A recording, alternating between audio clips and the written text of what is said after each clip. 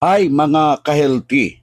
Sa video na to, pag-uusapan natin ang tatlong natural na sangkap na pwedeng makakatulong sa blood sugar control. Una, ang dahon ng bayabas o ng bida dahil ang dahon ng bayabas ayon sa tradisyon may compound ito na nakakatulong pababa ng asukal sa dugo.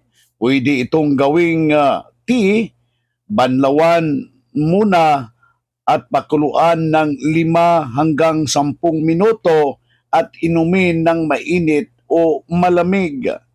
Ang dahon ng duhat, ito'y pangalawa, ito'y java palm. Bukod sa masarap, may antioxidants at fiber na sinasabing tumutulong na stable ang glucose level na pwedeng kainin sariwa at gawing juice.